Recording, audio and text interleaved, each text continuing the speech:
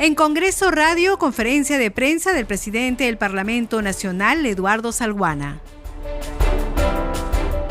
Muchísimas gracias, amigos periodistas.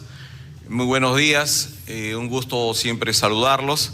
Les hemos convocado el día de hoy con la finalidad de, en una breve conferencia de prensa, donde vamos a hablar acerca de los temas que se nos han venido atribuyendo situaciones de naturaleza irregular o ilegal vinculado con el sector minero en el país y particularmente con mi departamento Madre de Dios.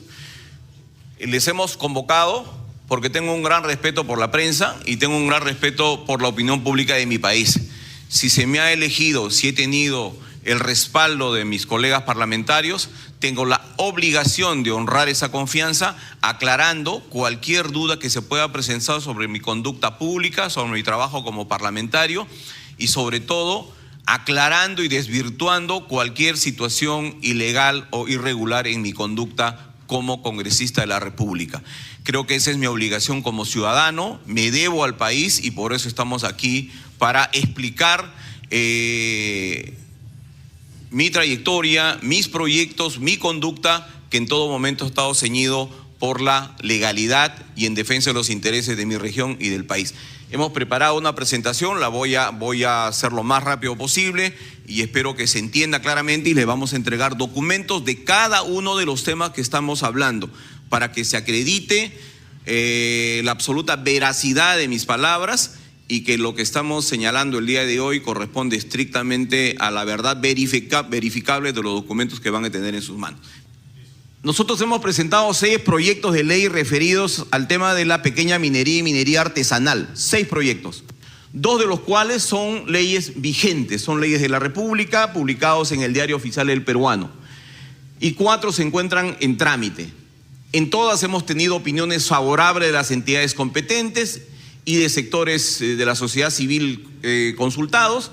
Ha habido un amplio debate en la comisión y en eventos públicos. Siguiente, por favor. Bien, el primero es el proyecto de ley que prorroga la vigencia del proceso de formalización minera hasta el 31 de diciembre del 24. ¿Qué sucede? Que la formalización minera estuvo vigente hasta diciembre del 2021.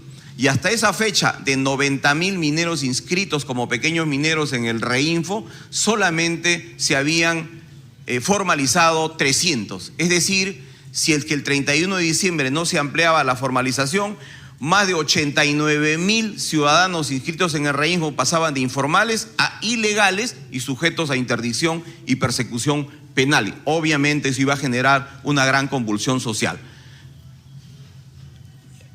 El MINEN opinó, atrás por favor, el MINEN opinó, opinión favorable, como lo pueden ver ahí en la parte de abajo. Siguiente, el gobierno regional de Madre de Dios opina favorable al proyecto de ley tal. Siguiente, tuvimos 103 votos a favor, de todas las bancadas. Entonces, de ninguna manera podemos hablar que 103 parlamentarios obviamente estarían apoyando una actividad ilegal. Comprendieron la naturaleza del problema y lo respaldaron. Siguiente. Esta es la ley ya publicada que tiene una disposición complementaria final que les pido tomar atención porque aquí se señala de que el Poder Ejecutivo en un plazo de 6 meses presentaría ante el Poder Legislativo un proyecto de ley sobre la pequeña minería y minería artesanal. ¿Cuándo se venció este plazo? En octubre del año 2022 y es en julio, julio 2024, que con el ministro Rómulo Mucho recién se ha prepublicado el proyecto de ley para su debate y en este momento se encuentra en discusión con la sociedad civil. ¿Cuánto tiempo ha pasado? Cerca de 2 años. Siguiente. El segundo proyecto de ley es el que otorga facultad a inscritos en Reinfo para vender su producción a compradores legales, garantizando trazabilidad del oro. ¿Qué sucede? Que en la ley se crea el Reinfo y el que está registrado en este registro que maneja el Ministerio de Energía y Minas está autorizado a operar, pero no estaba autorizado a vender su producto. Entonces, cuando iba a vender a un comprador legal autorizado por el Ministerio de Energía y Minas, le pedían su título minero y como no lo tenía, no le compraban y él tenía que recurrir a un comprador ilegal. Entonces, lo que estábamos haciendo en el fondo es promover que la actividad se convierta en ilegal. Lo que se ha dicho, ¿sabe qué? El registrado en el Reinfo también podrá vender su oro. De eso se trata este proyecto de ley. Siguiente. Opinión viable de Energía y Minas. Siguiente. El gobierno regional de Madre de Dios favorablemente. Siguiente. De la Federación Minera de Madre de Dios también favorable. Siguiente. El dictamen se aprobó por unanimidad en la Comisión de Energía y Minas. Ni siquiera por mayoría. Siguiente. Obtuvo 95 votos. Siguiente. Y es ley de la República y en este momento se puede vender el oro por los inscritos en el Reinfo a compradores legales que le otorgan factura y por tanto pagando los impuestos que corresponden por ley. Siguiente. El tercer proyecto es la ley que dispone que la maquinaria objeto de interdicción no sea destruida, sino entregada a los gobiernos regionales y municipios para obras públicas. En este momento, cuando se ubica una maquinaria a un minero ilegal, lo que se hace es dinamitarla, destruirla, incendiarla. ¿Cuánto cuesta esa maquinaria? Un cargador frontal, $150.000, una retroexcavadora, $200.000, un volquete, una maquinaria estacionaria para energía eléctrica, etcétera. Lo que hemos planteado es que esa maquinaria, en vez de ser destruida, pase a PRONAVI, que es el Programa Nacional de Bienes Incautados, y ellos destinen a los gobiernos regionales o municipios que necesiten para sus caminos, sus obras en bien de la población. Un país pobre que no tiene recursos, municipios sin capacidad operativa, en mi concepto no puede darse el lujo de seguir destruyendo maquinaria pesada que tiene tanto valor y tanta utilidad. ¿Esto puede favorecer a la minería ilegal? En absoluto. Siguiente. Opiniones. El Ministerio de Energía y Minas considera que este proyecto va a permitir que los gobiernos regionales aprovechen y lleguen a uso de bienes que de otra forma serían destruidos. Siguiente. La Fuerza Aérea del Perú, que dice, en tal sentido es razonable y en consecuencia viable el proyecto de ley. La Fuerza Aérea del Perú. Siguiente. El Ejército del Perú emite opinión a favor de la viabilidad del proyecto de ley. ¿Podemos presumir que estas entidades tutelares de la patria puedan tener algún razonamiento, alguna opinión favorable para favorecer a alguna entidad o alguna actitud o conducta de tipo ilegal? Evidentemente que no, pero de este proyecto también se ha dicho que favorece a la minería ilegal. Siguiente. El cuarto proyecto es la ley que determina el otorgamiento de concesiones mineras en Madre de Dios. En Madre de Dios, el corredor minero, que ha sido creado por un decreto legislativo, tiene una extensión aproximada de 650.000 hectáreas, de las cuales 400.000 no tienen titulares mineros. Y en este momento está ocupada básicamente por mineros que no tienen la naturaleza formal, sino ilegales.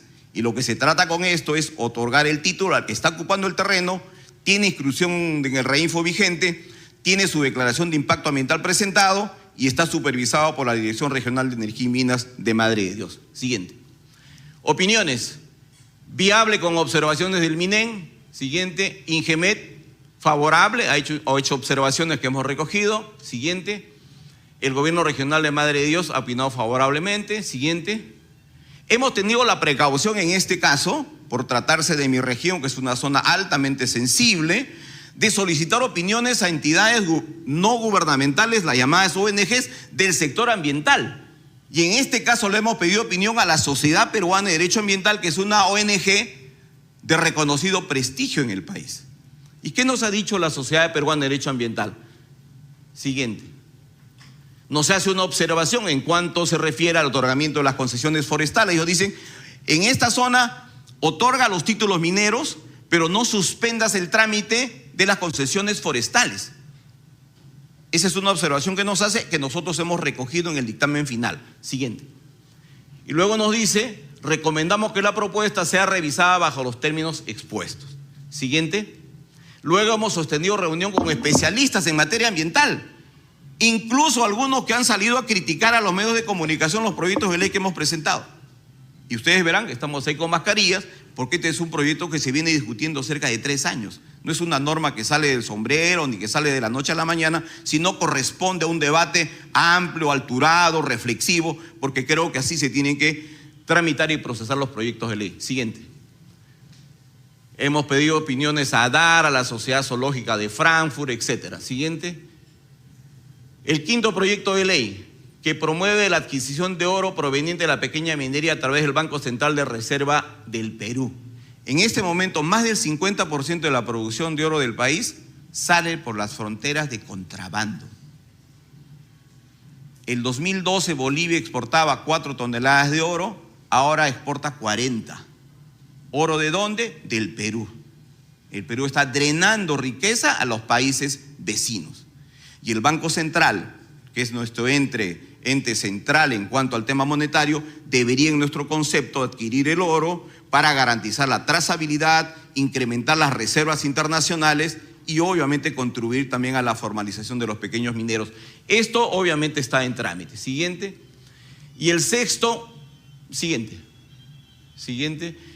El sexto, esto está referido a un tema que ha sido también mencionado por algunos medios de comunicación en torno al proyecto de ley 7287 que derogó la primera disposición complementaria final del decreto legislativo 1607. Siguiente. ¿Qué sucede? Que en el mes de septiembre del año pasado el gobierno pidió facultades legislativas al Congreso y entre ellas le solicitó para combatir la criminalidad organizada. Siguiente.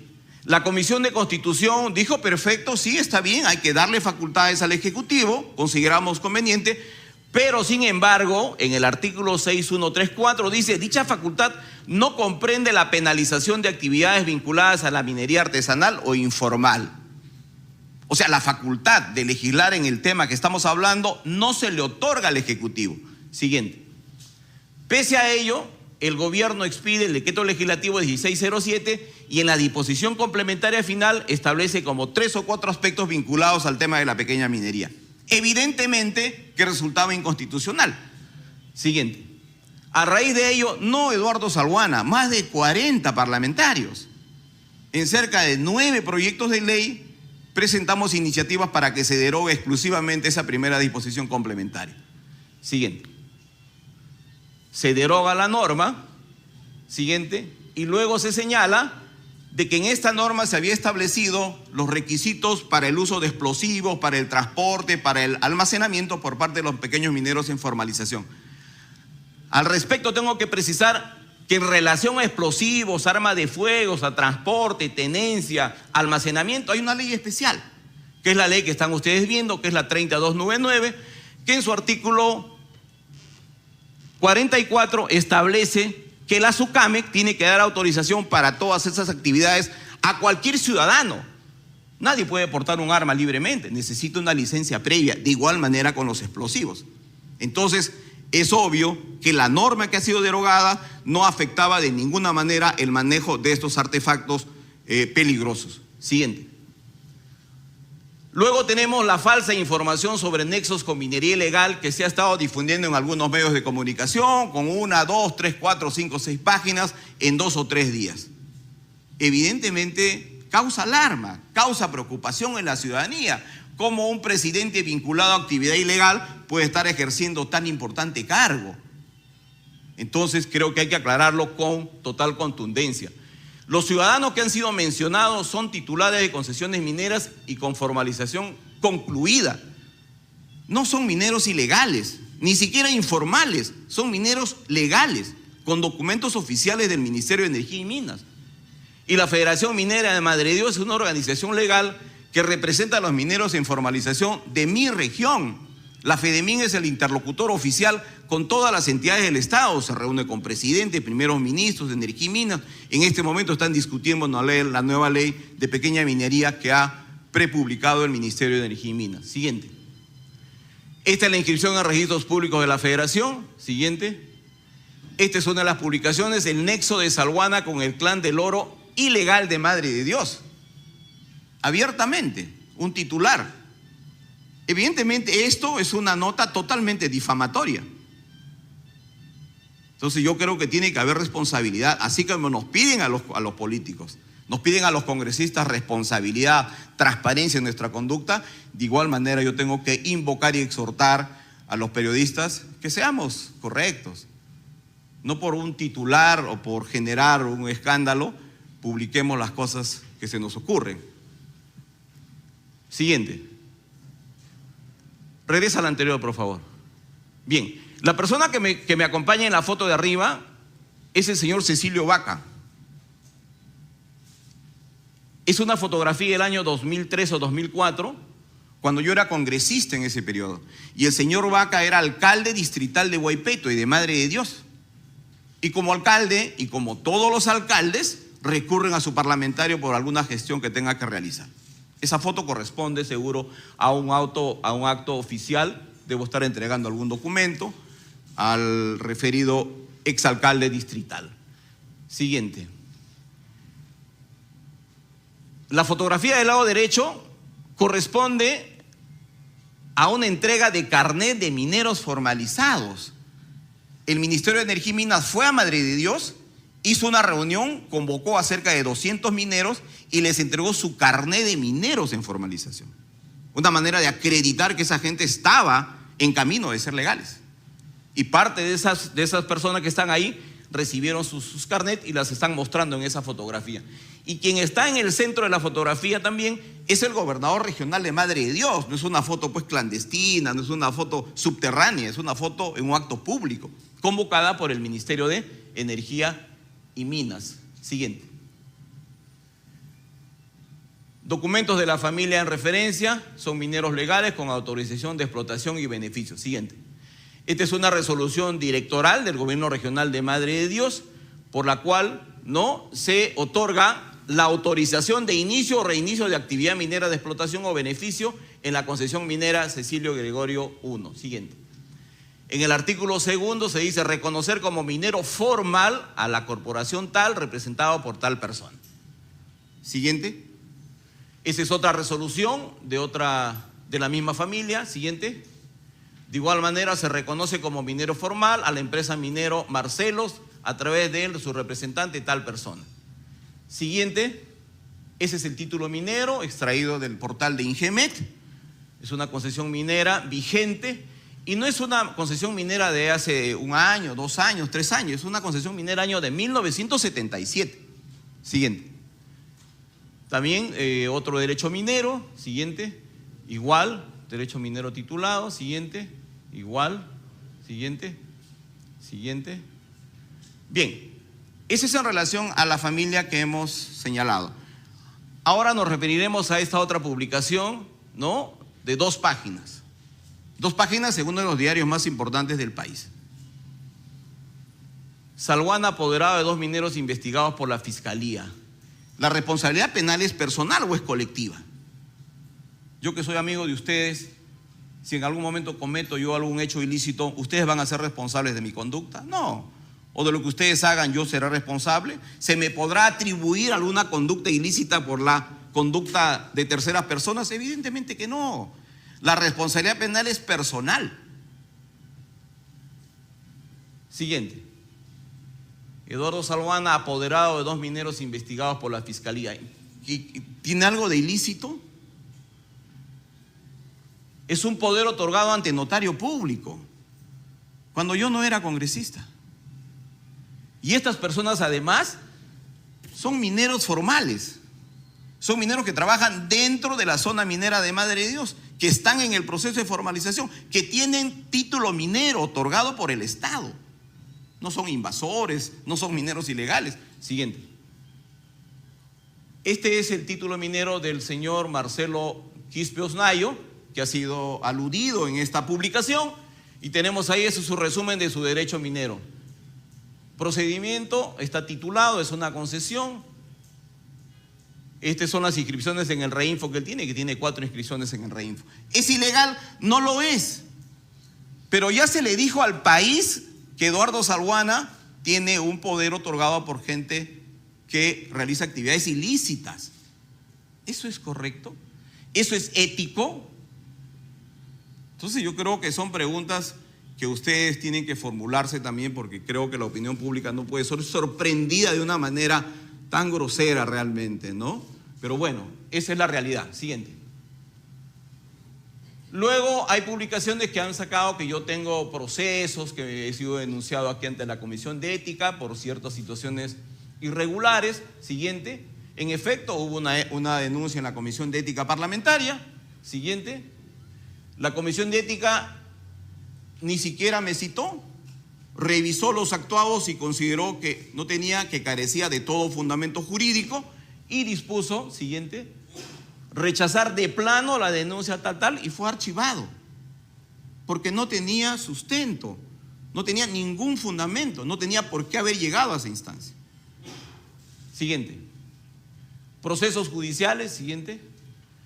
En efecto, yo tengo carpetas fiscales de cuando fui gerente general del gobierno regional de Madre de Dios en el año 2015. Y lamentablemente en provincias, y bueno, aquí también sucede, la política se judicializa. Y los opositores, la gente que no está de acuerdo con nuestra labor, recurre al Ministerio Público y denuncia. Las investigaciones que hemos tenido no corresponden a investigaciones de Contraloría, no corresponden a la Oficina de Control, a las OSI de los gobiernos regionales, no. Son denuncias personales, son denuncias de rivales políticos que han estado en las carpetas. Y las que han mencionado en un semanario conocido son estas de las siguientes. Este es el caso de lavado de activos que la levantaron, porque obviamente hablar de lavado de activos estamos hablando de un delito no tan simple, ¿no? Y como ustedes verán, en esta carpeta estoy incluido inclusive con el señor Daniel Urresti. Fue una denuncia tan estrafalaria que nos incluyeron a varias personas, incluido el actual gobernador de Madre de Dios. Esto, señor, adelante. Se ha declarado que no procede formalizar ni continuar con la investigación y se ha dispuesto el archivo definitivo.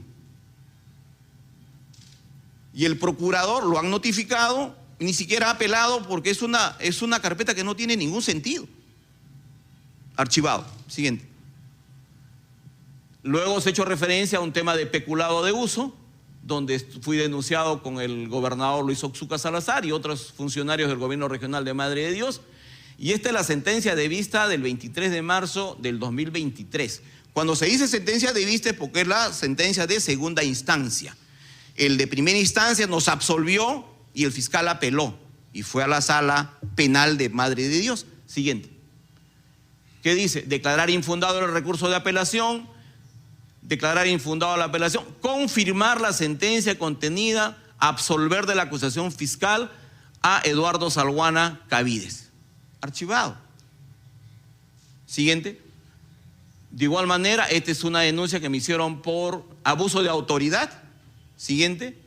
No voy a entrar en mayores detalles. No procede formalizar y el archivamiento. Esos son los 3 casos que me han hecho referencia en este semanario. Tengo otras carpetas, 2 o 3 carpetas más que estoy seguro van a seguir el mismo curso porque de igual manera correspondieron a situaciones de naturaleza política y no de infracción penal. Siguiente.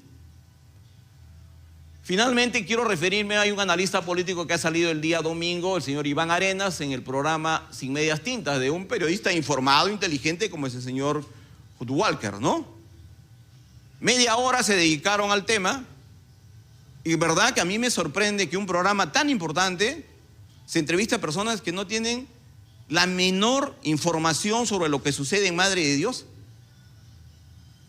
y se divulgue y se repita a nivel nacional falacias groseras realmente que insultan la inteligencia de los peruanos.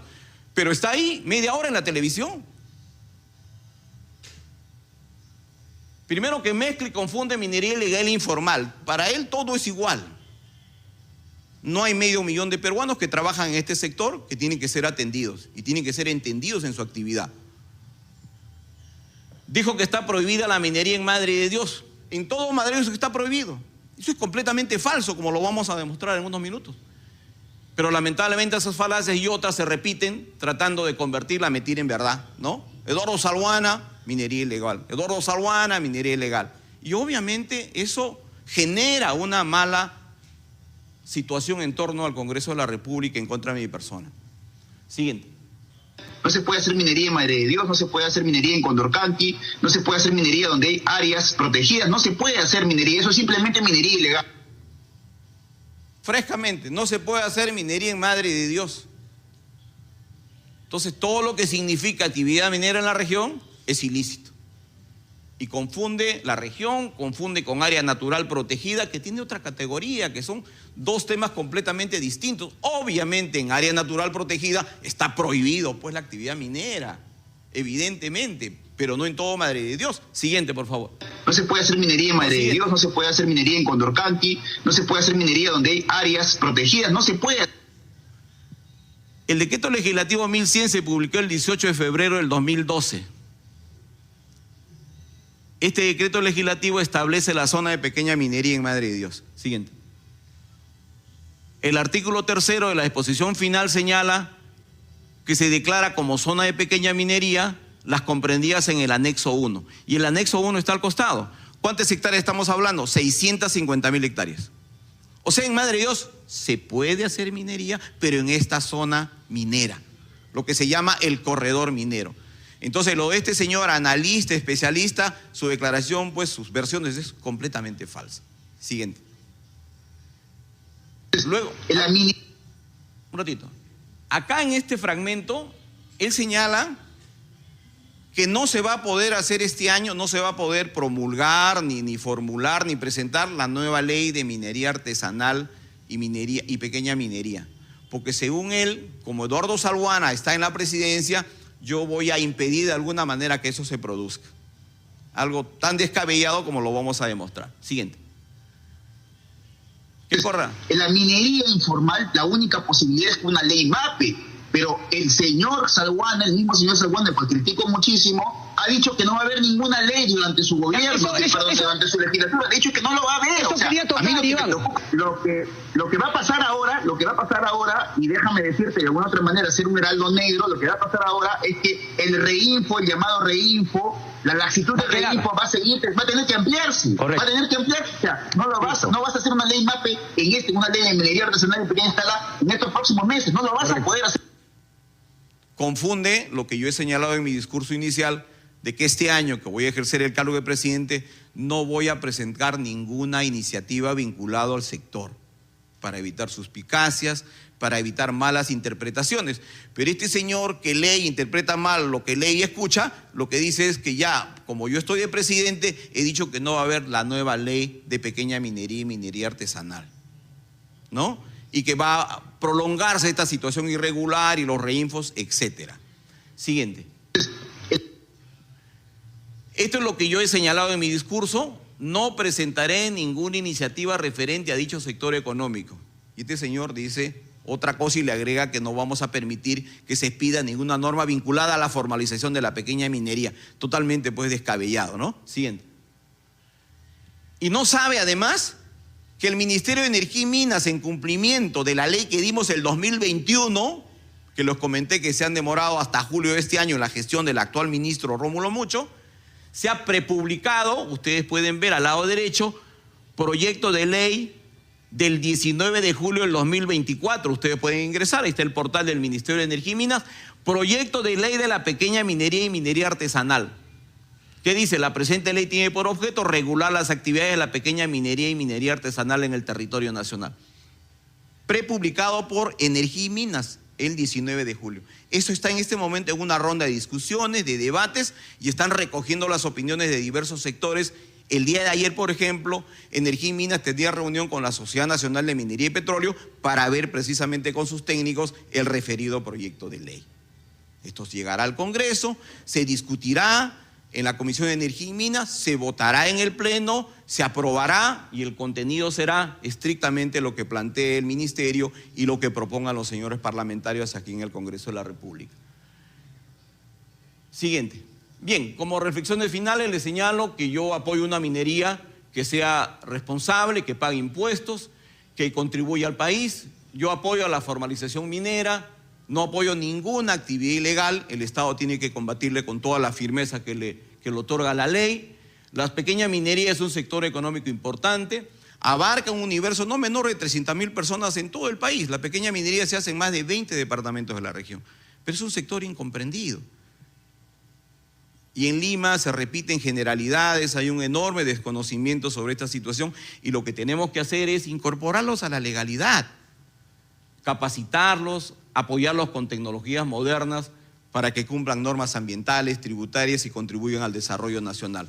Eso es lo que yo he hecho en estos años de gestión, ese ha sido mi propósito y obviamente estoy sometido al escrutinio público, estoy sometido a las opiniones críticas de ustedes, converso con ustedes permanentemente y lo vamos a seguir haciendo porque no tenemos nada que ocultar. Pero lo que yo pido es por lo menos cierta correspondencia para que haya corrección, haya ética también en el trabajo periodístico, ¿no? No digo de todos, creo que como en toda actividad hay de todo, pero para mí mis respetos absoluto a los periodistas, mi afecto, mi cariño, muchos los conozco ya de muchos años en periodos anteriores y juntos vamos a trabajar para que el país salga adelante. Muchísimas gracias. Sí, bueno, terminada la conferencia del presidente del Congreso, vamos a iniciar una rueda de preguntas. La primera pregunta a cargo de Juliana Castillo de RPP Noticias. ¿Qué tal, presidente? Buenas tardes. Bien, si bien ha podido esclarecer justamente su relación con la familia Vaca o incluso los dos mineros de las cuales usted era apoderado, aún continúan también estos cuestionamientos porque durante su época parlamentaria se ha reunido 65 veces con personas relacionadas con lo que serían mineros informales. Incluso uno de ellos era de una organización que fue suspendida en el Reinfo. Además, con relación justamente al Reinfo, durante mientras ostenta la presidencia, se va a insistir en extender este plazo del Reinfo, porque bien lo ha mencionado, se vence en diciembre de este año y el porcentaje de los mineros que se han vuelto formales es muy bajo. Además, también consultarle su opinión sobre Vladimir Cerrón. Él continúa todavía realizando actividad parlamentaria. Ayer lo veíamos a través de una plataforma virtual en una asamblea de Perú Libre. Su respuesta, por favor. Sobre lo primero, la policía y el Ministerio del Interior tienen que actuar. Yo creo que hacen mal un líder político en encontrarse en estas circunstancias. Espero que la policía haga su trabajo y lo capture lo más rápido posible. Segundo, sobre el tema de las visitas, para ingresar al Congreso de la República, a todos los edificios, se hace una revisión y un registro exhaustivo de la persona que ingresa. La persona que tiene orden de captura, tiene requisitoria, es inmediatamente detenida. Lo que significa que cualquier persona que ingresa acá al Congreso, cualquier ciudadano, no tiene un requerimiento de esa naturaleza. Yo he estado revisando las visitas que he tenido y he recibido en estos 3 años más de 2.500 personas.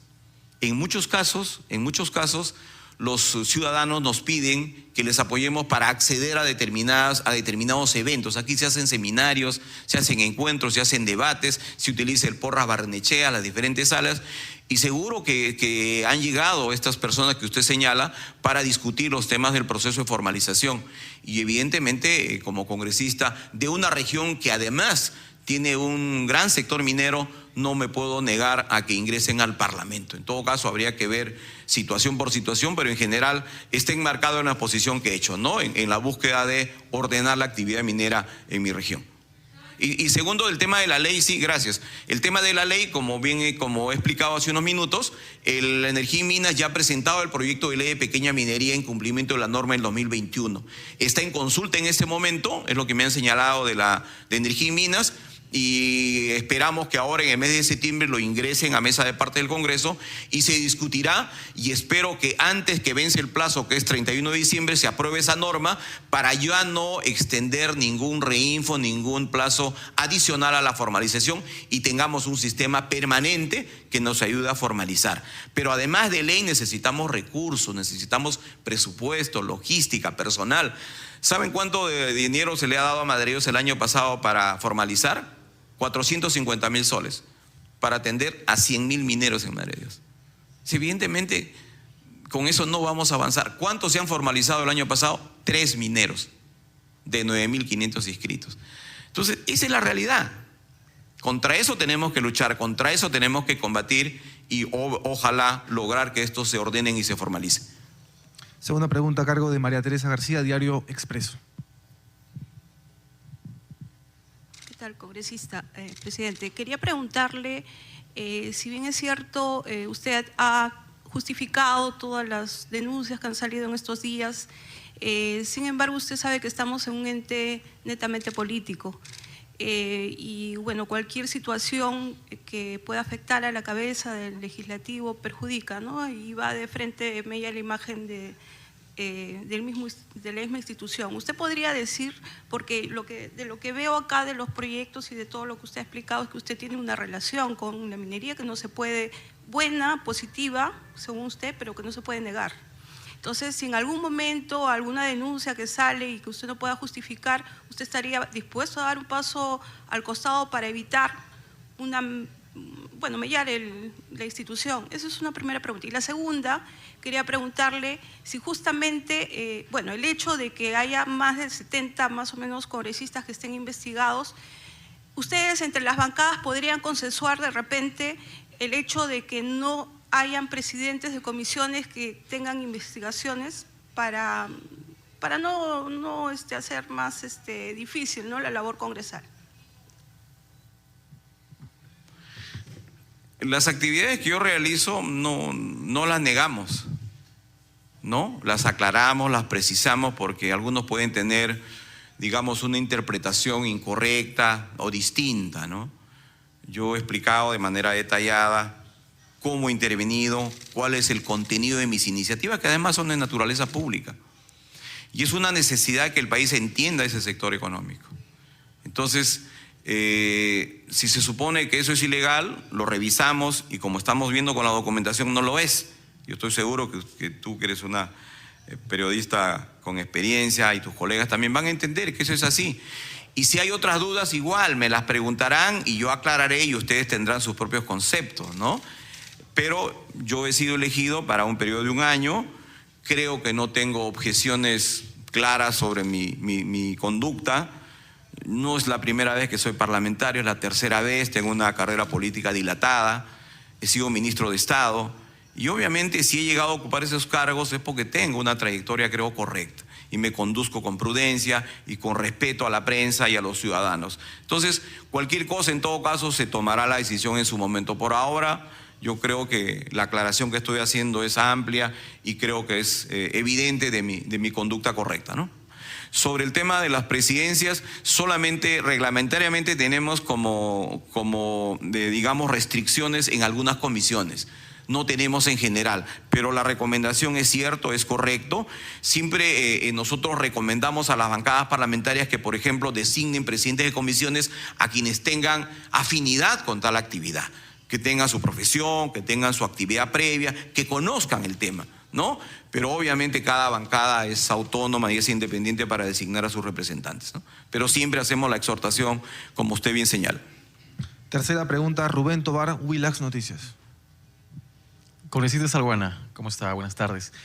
Aclárenos, por favor, si Yamil Marzuca Cortés, asesor de marketing y comunicaciones del Club César Vallejo, trabaja aún en su despacho como congresista y ahora como presidente del legislativo, porque ya quedó claro, como cuando usted lo dijo, que trabajaba para la bancada de Alianza para el Progreso. Y de otro lado, Alejandro Soto, su antecesor, dijo que todo lo que se está haciendo desde la mesa directiva al consultar a especialistas por la pensión del expresidente Alberto Fujimori es en vano, porque el resultado sería en ese caso en vano. ¿Cuál es su opinión al respecto? Gracias.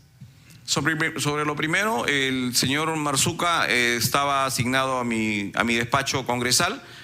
Yo, ante una pregunta de la prensa, le señalé que podía trabajar en la bancada. En ese año yo tuve personal en mi despacho, la bancada parlamentaria que estaba a mi cargo y también en la Comisión de Transportes y Comunicaciones, porque fui presidente. Por eso fue la confusión, pero ahora lo preciso. Segundo, ya yo he pedido a personal, se está haciendo las investigaciones correspondientes y él va a salir de mi despacho en los próximos días. Siguiente pregunta, Lisette Ramos, TV Perú Noticias. Presidente, buenas tardes. Su respuesta ante el pronunciamiento de la Junta de Fiscales Supremos que rechaza la ley que precisa los alcances de lesa humanidad y crímenes de guerra promulgada precisamente por el Congreso que usted preside. Según el Ministerio Público, esto contradice los principios reconocidos por el Sistema Interamericano de Protección de Derechos Humanos y otros tratados a los que está suscrito el Perú. ¿Procuraduría del Congreso actuaría para impedir la derogación de esta ley? El Ministerio Público es una entidad constitucionalmente autónoma que forma parte del sistema de justicia en el país. Y obviamente las opiniones que ellas pueden emitir, nosotros las respetamos. Vivimos en buena hora en el país un Estado de Derecho y aquella entidad o ciudadanos que consideren que una norma es inconstitucional puede recurrir al Tribunal Constitucional, que es el máximo intérprete de la Carta Política. Más allá no tengo ninguna opinión, el Congreso lo ha aprobado con amplia mayoría y nosotros lo hemos publicado porque el Poder Ejecutivo no lo observó. Y según la Constitución Política del Estado, si el Ejecutivo no lo observa, el Congreso está obligado a publicarlo. Y eso es lo que se ha hecho. Gracias. Quinta y última pregunta, Talía Rosales, Panamericana Noticias. Presidente, buenas tardes. Me gustaría consultarle, por favor, respecto a la Comisión de Ética. Entendemos que hoy se tiene que definir el tema. Nos gustaría conocer su análisis respecto a que si realmente se podrían poner candados. Es una comisión bastante cuestionada, lamentablemente con muy pocos resultados. Hay una lista de casos de mochasueldos que tienen que resolverse.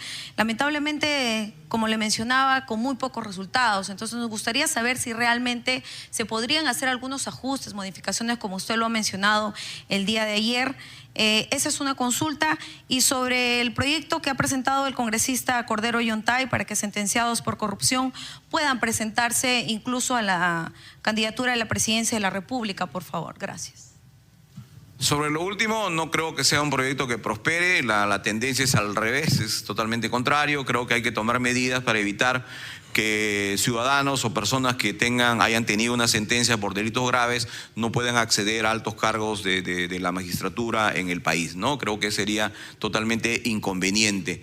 Sobre la Comisión de Ética, sí, comparto sus puntos de vista y ya nosotros lo hemos señalado. Hemos tenido una primera reunión con portavoces de las diferentes bancadas y se está planteando algunas correcciones y modificaciones porque ética no puede seguir siendo o la ciudadanía no puede continuar teniendo esa impresión de que ética es una suerte de un escenario donde se protege a los parlamentarios que tengan una conducta irregular. Vamos a ver de qué manera mejoramos el procedimiento para que donde corresponda se sancione. Y no solamente se sancione, sino se haga en el plazo más breve posible. Por ejemplo, en este momento hay cerca de 4 o 5 procedimientos que están para votación y no se ha hecho. Eso también hemos quedado ya con portavoces y lo debemos ratificar el día jueves que tenemos portavoces, la segunda de esta legislatura. Vamos a priorizar este tipo de situaciones para que se determine y se vote y evidentemente donde corresponda se sancione. Gracias. Gracias, muy amable por acompañarme, muy amable.